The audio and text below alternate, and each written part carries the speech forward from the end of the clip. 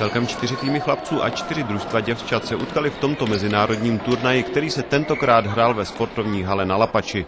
Specialita je to, že se scházíme prakticky dvakrát do roka. Jednou tady a někdy kolem Velikonoc na Slovensku. V Trenčanských Teplicích a v Omšeně hráváme zase mezinárodní turnaje. Českou stranu v turnaji zastupovali družstva základní školy Luh a základní školy Hošťálková. Ze Slovenska přijeli týmy Trenčanských Teplic a Omšeně.